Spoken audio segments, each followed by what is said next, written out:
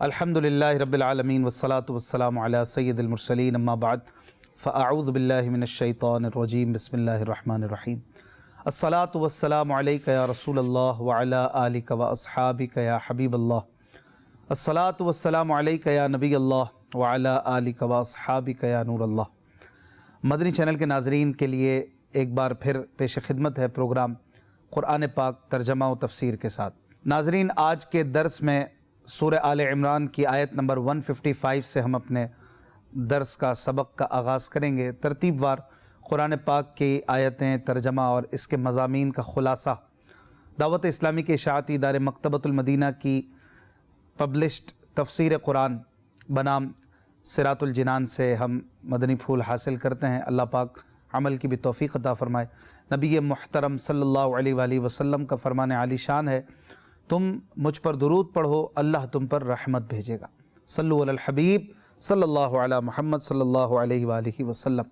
ناظرین کرام، سورہ آل عمران آیت نمبر 155 سے آغاز کرتے ہیں۔ اللہ پاک ارشاد فرماتا ہے، اعوذ باللہ من الشیطان الرجیم بسم اللہ الرحمن الرحیم۔ ان الذین تولوا منکم یوم التقى الجمعان انما استزلهم الشیطان ببعض ما کسبوا وَلَقَدْ عَفَى اللَّهُ عَنْهُمْ إِنَّ اللَّهَ غَفُورٌ حَلِيمٌ۔ ترجمہ: بے شک تم میں سے وہ لوگ جو اس دن بھاگ گئے جس دن دونوں فوجوں کا مقابلہ ہوا، انہیں شیطان ہی نے ان کے بعض اعمال کی وجہ سے لغزش میں مبتلا کیا، اور بے شک اللہ نے انہیں معاف فرما دیا ہے۔ بے شک اللہ بڑا بخشنے والا، بڑا حلم والا ہے۔ ناظرین اکرام، یہاں مزید جنگ احد کے حوالے سے ہی بات ہو رہی ہے، اور ہوا یہ تھا کہ 14 اصحاب جو کہ حضرت ابو بکر صدیق، حضرت عمر، حضرت علی المرتضیٰ کرم اللہ وجہ الکریم کی ایک جماعت تھی، 14 اصحاب کی، جو حضور علیہ السلام کے ساتھ ہر وقت باوفا رہے اور ہر دم کھڑے رہے، ذرا سی بھی لغزش ان میں پیدا نہ ہوئی۔ لیکن باقی جو کچھ اصحاب تھے ان کے قدم کچھ دیر کے لیے اکھڑ گئے، اور خصوصاً وہ حضرات جنہیں نبی آخر الزمان صلی اللہ علیہ وآلہ وسلم نے پہاڑی مورچے پر مقرر فرمایا تھا، اور انہیں یہ حکم دیا تھا کہ ہر حال میں وہیں ڈٹے رہنا ہے اور کہیں بھی جانا نہیں ہے، کیسا ہی کچھ معاملہ ہو جائے آپ نے یہاں سے ہٹنا نہیں ہے۔ لیکن وہ ثابت قدم نہ رہ سکے، اور جب کفار کے پہلے ہی حملے میں قدم اکھڑ گئے تھے، مسلمان غالب آ گئے تھے، تو انہوں نے ایک قیاس کیا، ایک اجتہاد کیا کہ اب تو ہماری یہاں کھڑے رہنے کی ضرورت نہیں ہے، چلو ہم بھی اب مال غنیمت جمع کریں۔ حضرت عبداللہ بن جبیر جو ان 50 ساتھیوں پر امیر تھے اور سربراہ تھے ان کے، انہوں نے منع بھی کیا کہ ابھی ہمیں اجازت نہیں ہے تو ہم یہاں سے ہٹ نہیں سکتے۔ لیکن بعض جو ساتھی تھے انہوں نے کہا کہ ہمیں یہاں کھڑا رہنے کی جو وجہ تھی وہ ختم ہو گئی، اب تو جہاد رک گیا، کفار جو تھے وہ پسپا ہو گئے، لہٰذا اب ہمیں یہاں سے جانے میں کوئی مسئلہ نہیں ہے۔ اور اسی غلطی کی وجہ سے کفار نے پھر درے کو خالی پا کر پیچھے سے حملہ کیا، اور مسلمانوں پر یہ جو حملہ تھا اس نے جنگ کا نقشہ بدل دیا، اور اللہ تبارک و تعالی نے اسی کا یہاں پر ذکر فرمایا ہے کہ ان حضرات سے یہ لغزش ضرور سرزد ہوئی، لیکن چونکہ ان کے ایمان کامل تھے، وہ مخلص مومن تھے، اور حضور علیہ السلام کے یہ سچے غلام تھے، اور آگے پیچھے کے کئی مواقع پر بھی یہ حضور پاک صلی اللہ علیہ وآلہ وسلم کا حکم مانتے رہے اور اپنی جانیں قربان کرنے کے لیے تیار رہے، تو یہ جو ایک معاملہ تھا اللہ تبارک و تعالی نے قرآن میں ہی ان کی معافی کا اعلان فرما دیا، تاکہ اگر ان کی لغزش سامنے آئے تو رب کریم عز و جل کی بارگاہ میں ان کی عظمت بھی لوگوں کے سامنے رہے کہ ان کی شان بھی اللہ پاک خود ہی بیان کر رہا ہے، غلطی بھی بیان فرما رہا ہے اور عظمت اور شان بھی خود ہی بیان فرما رہا ہے۔ تو جب اللہ پاک نے معاف کر دیا تو پھر امتی کو جو بعد میں آنے والا ہے اسے کیا حق پہنچتا ہے کہ وہ ان صحابہ کی شان میں کوئی ادنا سی بھی کوتاہی کرے اور ہلکی بات کرے؟ یہ ہمیں اس کی اجازت نہیں ہے۔ ہاں، اس معاملے سے ہمارے لیے سیکھنے کا ہے، سبق ہے، وہ ہمیں لینا چاہیے، اور صحابہ اکرام کی جو عظمت ہے، جو شان ہے، وہ یقیناً اس قدر بلند و بالا ہے کہ ہم اسے حقیقتاً جان بھی نہیں سکتے، اتنی بڑی شانیں ہیں۔ اللہ پاک بس ہمیں ان کا ہمیشہ غلام رکھے، اور ہم یہ کہتے رہیں ہر دم، ہماری نسلیں بھی یہ نعرہ لگاتی رہیں کہ ہر صحابی نبی جنتی جنتی۔ آگے اللہ پاک ارشاد فرماتا ہے، یا ایہا الذین آمنوا لا تکونوا کالذین کفروا وقالوا لاخوانہم لإخوانهم إذا ضربوا في الأرض أو كانوا غزا لو كانوا عندنا ما ماتوا وما قتلوا ليجعل الله ذلك حسرة في قلوبهم والله يحيي ويميت والله بما تعملون بصير۔ ترجمہ: اے ایمان والو، ان کافروں کی طرح نہ ہونا جنہوں نے اپنے بھائیوں کے بارے میں کہا جب وہ سفر میں یا جہاد میں گئے کہ اگر یہ ہمارے پاس ہوتے تو نہ مرتے اور نہ قتل کیے جاتے۔ ان کی طرح یہ نہ کہو تاکہ اللہ ان کے دلوں میں اس بات کا افسوس ڈال دے، اور اللہ ہی زندہ رکھتا اور مارتا ہے، اور اللہ تمہارے تمام اعمال کو خوب دیکھ رہا ہے۔ ناظرین، اس آیت میں کافروں سے مراد اصلی کافر بھی ہے، اور بعض مفسرین نے یہاں منافق بھی مراد لی ہے۔ اور اگر منافق مراد لیا جائے تو اس طرح یہ معنی بنے گا کہ اللہ تبارک و تعالیٰ یوں فرما رہا ہے کہ اے ایمان والو، عبداللہ بن ابی اور اس جیسے دیگر منافقوں کی طرح نہ ہونا جن کے سگے بھائی یا منافقت پہ بنے ہوئے بھائی جو سفر میں گئے اور مر گئے، مارے گئے، تو یہ منافق جو پیچھے رہ گئے تھے وہ ان کے بارے میں کہتے تھے کہ اگر یہ نہ جاتے، ہمارے پاس ہی رہتے اور سفر اور جہاد نہ کرتے تو نہ مرتے، نہ مارے جاتے، نہ اذیت دیے جاتے۔ اس پر ایمان والوں کو اللہ پاک سمجھا رہا ہے کہ اے ایمان والو، تم ان کافروں کی طرح بات نہ کرنا اور ان کی طرح کی سوچ مت رکھنا کہ اگر سفر میں نہ جاتے، جہاد میں نہ جاتے تو مارے نہ جاتے۔ ان کے دلوں میں یہ بات حسرت بن جانی چاہیے کہ ہماری یہ سوچ مسلمانوں میں منتقل نہیں ہو رہی۔ اور سچی بات یہی ہے کہ مسلمان کا عقیدہ یہ ہے، وہ چاہے گا تو کیسی ہی بیٹل ہو، کیسا ہی راہ خدا کا مارکا ہو، ایک آنچ تک نہیں آئے گی، اور اگر اللہ چاہے گا تو گھر میں بیٹھے بیٹھے موت آ جائے گی۔ تو اللہ تبارک و تعالیٰ سلامتی دینے والا، وہی مارنے والا ہے۔ تو جب یہ عقیدہ ہوگا تو پھر راہ خدا میں نکلنے سے بندہ ڈرے گا نہیں، گھبرائے گا نہیں۔ اور مومن کا تو یہی ایمان اور توکل ہونا چاہیے کہ میرا رب جیسا چاہے گا ویسا میرا معاملہ ہوگا، مجھے اس کے راہ سے شیطان روک نہیں سکتا ہے۔ اور منافقین کے اس باطل اور فریب پر بھی مسلمانوں کو مطلع کیا گیا کہ یہ مسلمانوں کو جہاد سے نفرت دلانا چاہتے ہیں، اور یہ اس طرح کی گھما گھما کے باتیں کر کے مسلمانوں کے دلوں کو چھوٹا کرنا چاہتے ہیں۔ لیکن اللہ تعالیٰ ان کی تربیت فرماتا ہے کہ تم ایسی سوچ مت رکھنا۔ اگلی آیت میں مزید اللہ تبارک و تعالیٰ فرماتا ہے وَلَئِن قُتِلْتُمْ فِي سَبِيلِ اللَّهِ أَوْ مُتْتُمْ لَمَغْفِرَةٌ مِّنَ اللَّهِ وَرَحْمَةٌ خَيْرٌ مِّمَّا يَجْمَعُونَ۔ ترجمہ: اور بے شک اگر تم اللہ کی راہ میں شہید کر دیے جاؤ یا مر جاؤ تو اللہ کی بخشش اور رحمت اس دنیا سے بہتر ہے جو یہ جمع کر رہے ہیں۔ ناظرین، آیت میں فرمایا گیا کہ اگر تم اللہ کی راہ میں شہید کر دیے جاؤ یا تمہیں طبعی موت ہی آ جائے اللہ کی راہ میں، تو یہ موت مغفرت اور رحمت کا سبب ہوگی،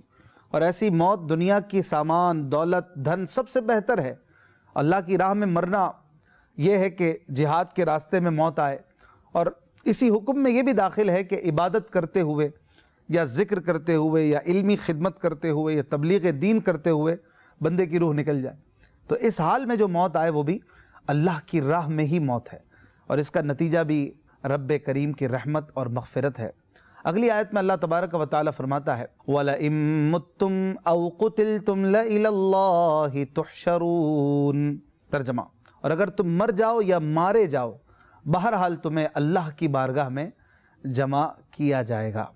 تو یہاں بھی یہی بات ہے کہ جیسی بھی سچویشن ہو، جیسا ہی حال ہو، جیسی ہی موت ہو، گھر میں مرے یا راہ خدا میں موت آئے، کیسے ہی حال میں موت آئے، بہرحال اس مرنے والے نے پہنچنا اللہ کی بارگاہ میں ہے۔ اللہ ہی کی طرف رجوع ہے، ہر روح کا، ہر جان کا، سب نے اسی کی طرف پہنچنا ہے، اپنے اعمال کا جو ہے وہ اجر لینا ہے، اور جیسا کریں گے ویسا بھریں گے، جیسی کرنی ہوگی ویسی بھرنی ہوگی۔ اگلی آیت میں اللہ تبارک و تعالیٰ ارشاد فرماتا ہے، اور یہ وہ آیت ہے جو آ رہی ہے، یہ اپنے حبیب مکرم صلی اللہ علیہ وآلہ وسلم کی شان میں قرآن مجید کی وہ آیت ہے جس کو مفسرین کرام نے شان مصطفیٰ کے بیان کی آیت قرار دیا، اور یہ ایسی پیاری آیت ہے جب بھی سنتے ہیں تو عشق رسول سے سینہ بھر جاتا ہے، اور محبت مصطفیٰ سے سینہ چوڑا ہو جاتا ہے۔ اپنے آقا کی شان سنتے ہیں مزہ آ جاتا ہے۔ اللہ تبارک و تعالیٰ خالق کائنات اپنے حبیب کے دل کی شان بیان کرتے ہوئے اور ان کے اخلاق کی شان بیان کرتے ہوئے فرماتا ہے فَبِمَا رَحْمَةٍ مِّنَ اللَّهِ لِنْتَ لَهُمْ وَلَوْ كُنْتَ فَظًّا غَلِيظَ الْقَلْبِ لَانفَضُّوا مِنْ حَوْلِكَ فاعف عنہم واستغفر لہم وشاورہم فی الامر فاذا عزمت فتوکل علی اللہ ان اللہ یحب المتوکلین۔ ترجمہ: تو اے حبیب، اللہ کی کتنی بڑی مہربانی ہے کہ آپ ان کے لیے نرم دل ہیں، اور اگر آپ ترش مزاج سخت دل ہوتے تو یہ لوگ ضرور آپ کے پاس سے بھاگ جاتے، اور آپ ان کو معاف فرماتے رہو اور ان کی مغفرت کی دعا کرتے رہو اور کاموں میں ان سے مشورہ لیتے رہو، پھر جب کسی بات کا پختہ ارادہ کر لو تو اللہ پر بھروسہ کرو، بے شک اللہ توکل کرنے والوں سے محبت فرماتا ہے۔ ناظرین اکرام، اس آیت میں رسول پاک صلی اللہ علیہ وسلم کے اخلاق کریمہ کا بیان کیا جا رہا ہے، اور فرمایا جا رہا ہے کہ اے حبیب، اللہ تبارک و تعالیٰ کی آپ پر بڑی رحمت ہے، اور کتنی بڑی رحمت ہے کہ آپ کو اس نے نرم دل، شفیق اور رحیم و کریم بنایا، اور آپ صلی اللہ علیہ وآلہ وسلم کے مزاج میں اس درجے لطف و کرم اور شفقت اور رحمت پیدا فرمائی کہ غزوہ احد جیسے موقع پر آپ کو غصہ جیسے کہ دلایا گیا، غضب دلایا گیا، اور آپ کے کئی ساتھی اس غلطی کی وجہ سے شہید ہو گئے، لیکن آپ نے اپنے صحابہ پر غضب کا اظہار نہ فرمایا۔ آپ صلی اللہ علیہ وآلہ وسلم کو اس دن بہت سخت اذیت اور تکلیف پہنچی تھی۔ اگر آپ سخت مزاج ہوتے اور میل برتاؤ میں سختی سے کام لیتے ہوتے تو پھر آپ صلی اللہ علیہ وآلہ وسلم کے گرد یہ جو دیوانگی سے پھرتے ہیں یہ بھی ظاہر دور ہو جاتے، اور پھر آپ صلی اللہ علیہ وآلہ وسلم کو اللہ تعالیٰ نے مزید تربیت بھی فرمائی کہ اے حبیب، ان کی غلطیوں کو معاف کرو۔ یعنی کتنا کریم مولا ہے کہ خود بھی معاف فرما رہا ہے اور اپنے حبیب کو بھی سکھا رہا ہے کہ فاعف عنہم، ان کی غلطیوں کو معاف کرو اور ان کے لیے مغفرت کی دعائیں کرو، ان کے لیے دعائیں مغفرت کرتے رہو۔ تو یہ ہے شان مصطفی کہ اللہ تبارک و تعالیٰ کس پیارے انداز میں حضور علیہ السلام کو سکھا رہا ہے، اور یقیناً اللہ تبارک و تعالیٰ کے سکھائے پر تاجدار کائنات صلی اللہ علیہ وآلہ وسلم نے کما حقہ عمل کرنے کی سعادت پائی۔ اور آپ صلی اللہ علیہ وآلہ وسلم کے اخلاق کی تو کیا شان ہے۔ آپ صلی اللہ علیہ وسلم کے اخلاق عالیہ کا ذکر پچھلی کتابوں میں تھا، پچھلی کتابوں میں بھی آپ کے اخلاق کو ایک اسپیشلی بیان کیا جاتا تھا کہ اتنے بڑے زبردست اخلاق کے آپ مالک ہوں گے۔ چنانچہ حضرت عبداللہ بن سلام رضی اللہ تعالیٰ عنہ فرماتے ہیں کہ جب اللہ تعالیٰ نے زید بن ثانہ کی ہدایت کا ارادہ فرمایا تو زید بن ثانہ نے کہا کہ میں حضور اقدس صلی اللہ علیہ وسلم کے چہرے کی زیارت کرتے ہی آپ کی نبوت کو پہچان چکا تھا، البتہ دو نشانیاں ایسی تھی کہ جس کی مجھے خبر نہ تھی کہ آپ میں ہیں کہ نہیں۔ ایک تو یہ کہ آپ کا حلم، آپ کا برداشت، کہ آپ صلی اللہ علیہ وسلم کا جو برداشت کا مادہ ہے وہ آپ کی غصے پر بھی سبقت لے جاتا ہے، اور دوسری نشانی یہ کہ آپ کے ساتھ جتنا برا برتاؤ کیا جاتا ہے آپ اتنا ہی اچھے انداز میں پیش آتے ہیں۔ یہ دو چیزیں دیکھنا باقی تھی جو میں نے پڑھی ہوئی تھی اپنی کتابوں میں، چنانچہ میں موقع کی تلاش میں رہا کہ کوئی ایسا واقعہ ہو کہ میں آپ کا حلم دیکھ سکوں، برداشت کو دیکھ سکوں۔ ایک دن نبی کریم صلی اللہ علیہ وآلہ وسلم اپنے کمرے سے باہر تشریف لائے تو حضرت علی کرم اللہ وجہہ الکریم آپ کے ساتھ تھے۔ ایک دیہاتی اپنی سواری پر آپ صلی اللہ علیہ وآلہ وسلم کی بارگاہ میں آیا اور کہا کہ فلاں قبیلے کی بستی میں رہنے والے کچھ لوگ بڑی تنگی کا شکار ہیں، کھانے پینے کے مسائل ہیں، قحط پڑ گیا ہے، اور میں نے ان لوگوں سے کہا ہے کہ اگر تم اسلام لے آؤ تو تمہیں کثیر کھانا پینا مل جائے گا، رزق مل جائے گا۔ میرے کہنے پر وہ اسلام لے آئے۔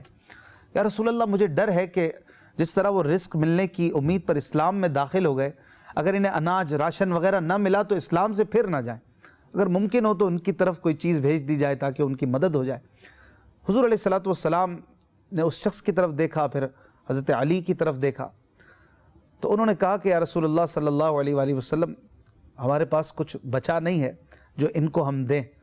زید بن ثانہ کہتے ہیں کہ میں یہ دیکھ رہا تھا تو میں حضور علیہ السلام کے پاس گیا اور کہا کہ اے محمد صلی اللہ علیہ وآلہ وسلم، کیا آپ ایک مقررہ مدت تک فلاں قبیلے کے باغ کی ایک معین مقدار میں کھجوریں مجھے بیچ سکتے ہیں؟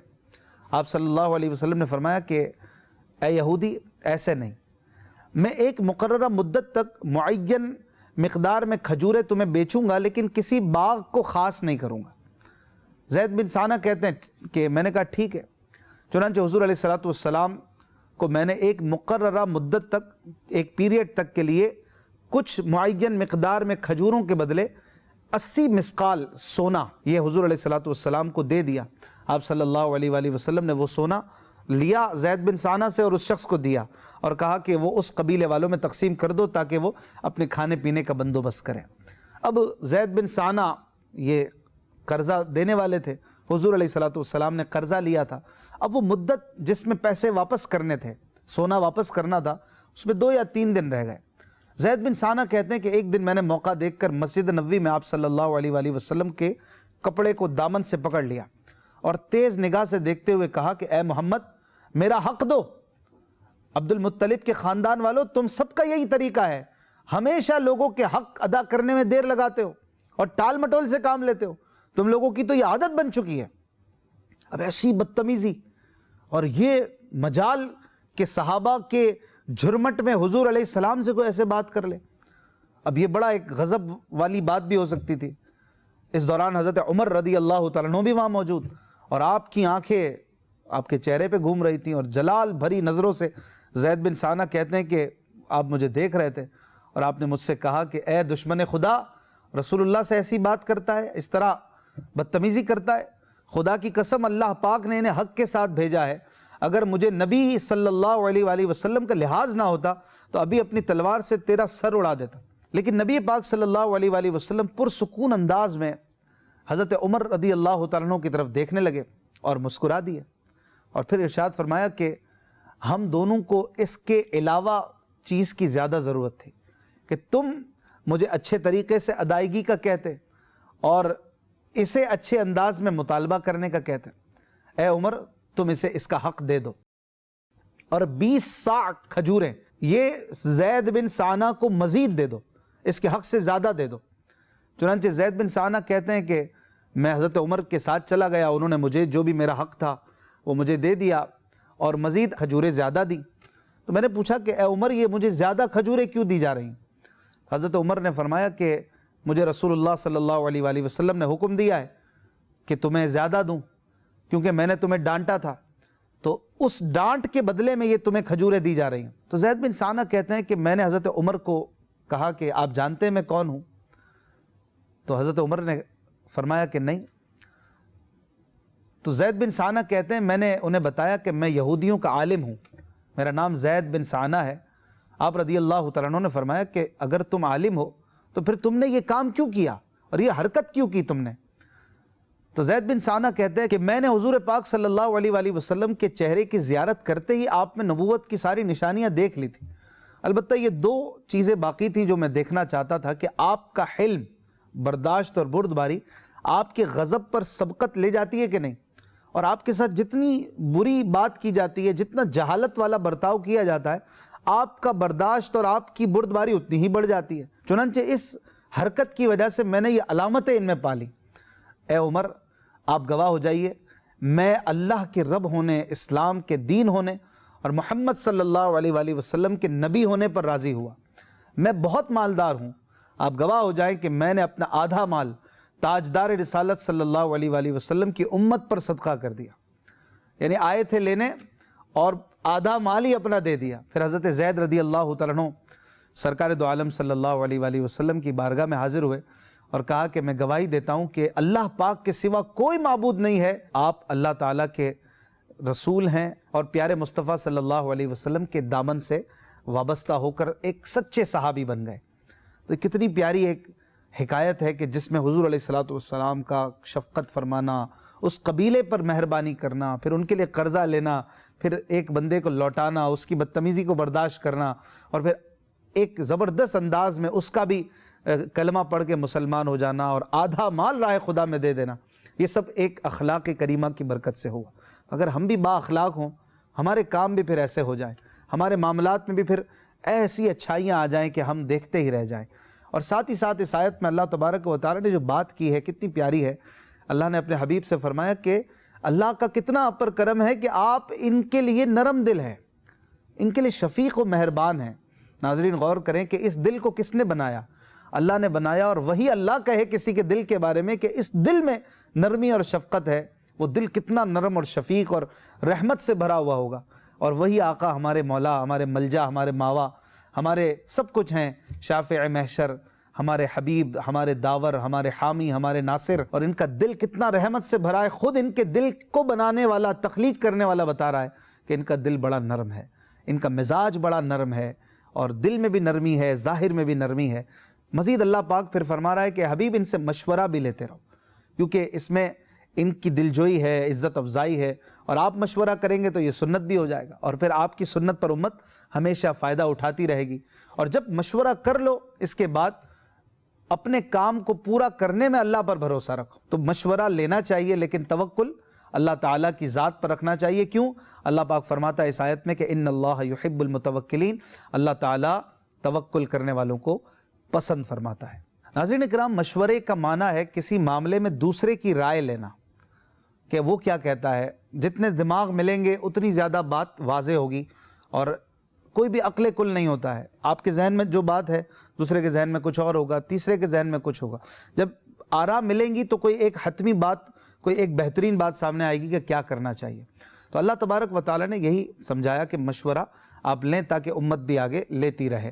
یقیناً پیارے نبی صلی اللہ علیہ وآلہ وسلم سے بڑی عقل کس کی تھی، لیکن ہماری سہولت اور سنت بنا دینے کے لیے اس عمل کو یہ آپ نے فرمایا، اور اللہ تبارک و تعالیٰ کے حکم پر بھی عمل فرمایا، اور پھر یہ بھی فرمایا کہ جب مشورہ کر لیں تو پھر اللہ پر توکل کرے، اللہ تعالیٰ پر اعتماد کرے۔ توکل یہی ہے کہ اپنے کاموں کو اللہ پاک کے سپرد کر دینا، یعنی بندے کا اعتماد تمام کاموں میں اللہ پاک پر ہونا چاہیے، اسباب پر نہیں ہونا چاہیے۔ حضرت عمران بن حسین رضی اللہ عنہ سے روایت ہے، حضور پرنور صلی اللہ علیہ وآلہ وسلم نے ارشاد فرمایا، جو اللہ پاک پر بھروسہ کرے تو ہر مشکل میں اللہ پاک اسے کافی ہوگا، اور اسے وہاں سے رزق دے گا جہاں اس کا گمان بھی نہ ہوگا، اور جو دنیا پر بھروسہ کرے تو اللہ تعالیٰ اسے دنیا کے سپرد فرما دے گا۔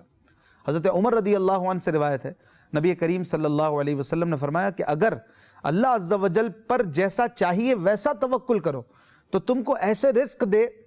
جیسے پرندوں کو دیتا ہے، کہ وہ صبح کو بھوکے جاتے ہیں اور شام کو پیٹ بھر کر واپس آتے ہیں۔ تو ہمیں بھی اللہ پاک پر توکل کرنا چاہیے۔ اللہ پاک سے دعا ہے کہ وہ قرآن پاک سمجھنے، اس پر عمل کرنے کی توفیق عطا فرمائے۔ زندگی رہی تو انشاءاللہ اگلے پروگرام میں ملیں گے۔ صلو علی الحبیب صلی اللہ علی محمد صلی اللہ علیہ وسلم۔